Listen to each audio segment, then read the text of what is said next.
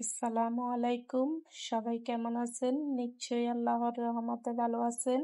আমিও আল্লাহর রহমতে ভালো আছি। আচ্ছা, বলুন তো এই গরমে ঠান্ডা ঠান্ডা এই সুজির রসবড়িটা খেতে কেমন হবে বলুন তো? তো চলুন মূল ভিডিওতে। প্রথমে আমার এখানে 2টা ডিম ফেটিয়ে নিলাম। এরপর আমি এখানে 1/2 কাপ চিনি দিয়ে দিলাম, স্বাদ মতো লবণ দিয়ে দিলাম, দিয়ে আমি খুব সুন্দরভাবে মিশিয়ে নিলাম।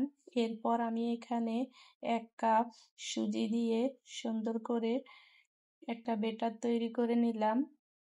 এরপর আমি চুলায় চলে গেলাম, 2 কেজি লিকুইড গরুর দুধ দিয়ে দিলাম, 1/2 কাপ চিনি দিয়ে দিলাম, স্বাদ মতো লবণ দিয়ে দিলাম, আর এখানে আমি 1 চিমটি এলাচ গুঁড়া দিয়ে দিলাম।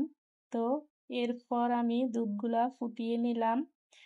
তারপর আমি এখানে চুলায় একটা প্যান বসিয়ে সয়াবিন তেল দিয়ে দিলাম পর্যাপ্ত পরিমাণে। এরপর হালকা একটু গরম হওয়ার পর আমি এক এক করে সুজির এই পিঠাগুলা ছোট ছোট করে দিয়ে দিলাম। তো চুলার হিট রাখবো আমি একদম মিডিয়াম টু লো হিটে। এ পর্যায়ে কোনো রকমই চুলার হিট বাড়িয়ে দেওয়া যাবে না। তো আমি এভাবে করে পিঠাগুলা এবার উঠিয়ে নিলাম। তো উঠিয়ে আমি দুধের মধ্যে দিয়ে দিলাম। তো দুধগুলা অবশ্যই একটু গরম থাকতে হবে, পিঠাগুলোও গরম গরম দিয়ে দিতে হবে, এতে করে সুন্দর করে রসগুলা ডুববে, পিঠাগুলো একদম নরম তুলতুলে হবে খেতে। তো এই যে আমি আপনাদের দেখার সুবিধার্থে, বোঝার সুবিধার্থে আমি আবারও বানিয়ে সুন্দর করে আবার দুধের ভিতরে দিয়ে দিলাম। তো এই যে আমি সবগুলা পিঠা বানিয়ে এভাবে দুধের মধ্যে 1 ঘন্টার জন্য ভিজিয়ে রাখলাম। 1 ঘন্টা পর আমি আপনাদেরকে পরিবেশন করে দেখাচ্ছি। এই যে আমার সুজির রসবড়িগুলা অনেক সুন্দর হয়েছে, একদম ফুলকো ফুলকো হয়েছে, স্পঞ্জি, একদম তুলতুলে নরম।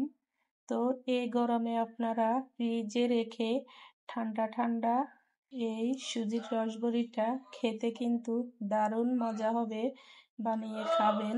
তো এতক্ষণ পর্যন্ত আমার সাথে থাকি, আমার এই ভিডিওটা দেখার জন্য সবাইকে ধন্যবাদ। তো এই যে আমি আপনাদেরকে একটা কেটে দেখাচ্ছি, এই পিঠাটা অনেক নরম স্পঞ্জি হয়েছে, একদম রসে রস ঢুকে একদম খুবই সুন্দর হয়েছে। তো এতক্ষণ পর্যন্ত আপনারা আমার সাথে থাকার জন্য সবাইকে ধন্যবাদ। আল্লাহ হাফেজ।